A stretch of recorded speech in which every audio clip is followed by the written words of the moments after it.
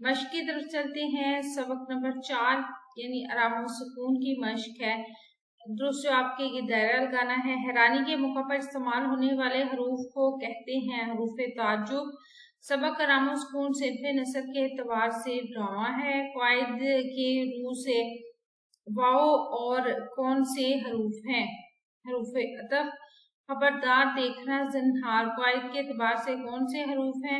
حروف تنبیہ۔ امتیاز علی تاج کی وجہ شہرت کون سی صنف ہے؟ ڈرامہ۔ امتیاز علی تاج کی تحریر کی نمایاں خوبی کیا ہے؟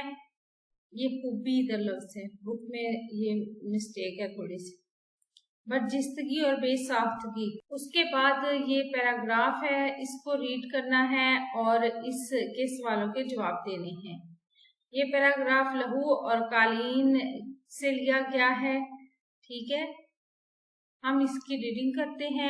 آپ مجھے نواز رہے تھے مگر ایک خاص مقصد کی خاطر، اور وہ مقصد یہ تھا کہ آپ سوسائٹی کو بتانا چاہتے تھے دیکھو میں کتنا اچھا ہوں، میں نے ایک غریب اور مفلس مصور کو اپنے ہاں پناہ دی ہے۔ اب یہ جو بنا رہا ہے محض میری سرپرستی کا نتیجہ ہے، میں نے اس کی صلاحیتوں کو زندہ رکھا ہے، ورنہ یہ کب کی ختم ہو چکی ہوتی۔ جس طرح بڑی بڑی دکانوں کے دروازوں پر انسانی پیکروں کو نہایت خوبصورت اور شفاف اور لباس پہنا کر انہیں الماریوں کے اندر سجا دیا جاتا ہے تاکہ لوگ ان حسین و جمیل مجسموں کو دیکھ کر دکانداروں کے اعلیٰ ذوق اور ان کی شان و شوکت سے معروف ہو جائیں، اسی طرح آپ بھی اپنی عمارت اور اپنی شخصیت کی نمائش کے لیے میری ذات اور میرے فن کو استعمال کر رہے ہیں۔ اور اب اس پیراگراف کے پڑھنے کے بعد ان سوالوں کے جواب دینے ہیں۔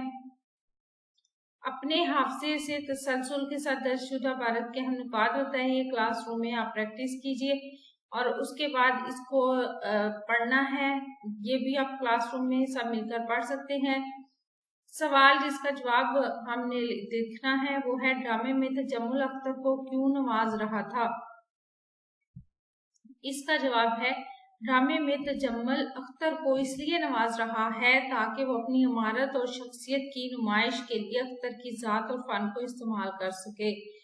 آگے ہے تجمل نے اختر کے بقول اس کی سرپرستی کس مقصد کے تحت کی؟ اختر کے بقول اس کی سرپرستی تجمل اس لیے کر رہا تھا تاکہ سوسائٹی کو یہ بتا سکے کہ وہ کتنا اچھا ہے اور اس نے ایک غریب اور مفلس مصور کو اپنے ہاں پناہ دے رکھی ہے۔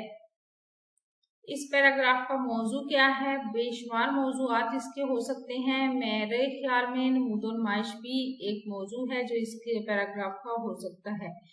آپ اس رائے سے اختلاف بھی کر سکتے ہیں اور کوئی اور موضوع بھی لکھ سکتے ہیں۔ آگے ہے اقتباس کو مد نظر رکھتے ہوئے خلوص نیت کی اہمیت بیان کرنی ہے اور بے شک اعمال کا دارومدار نیتوں پر ہے اور دنیاوی شان و شوکت کی غرض سے کیا گیا کوئی کام تسکین قلب کا سبب نہیں بن سکتا۔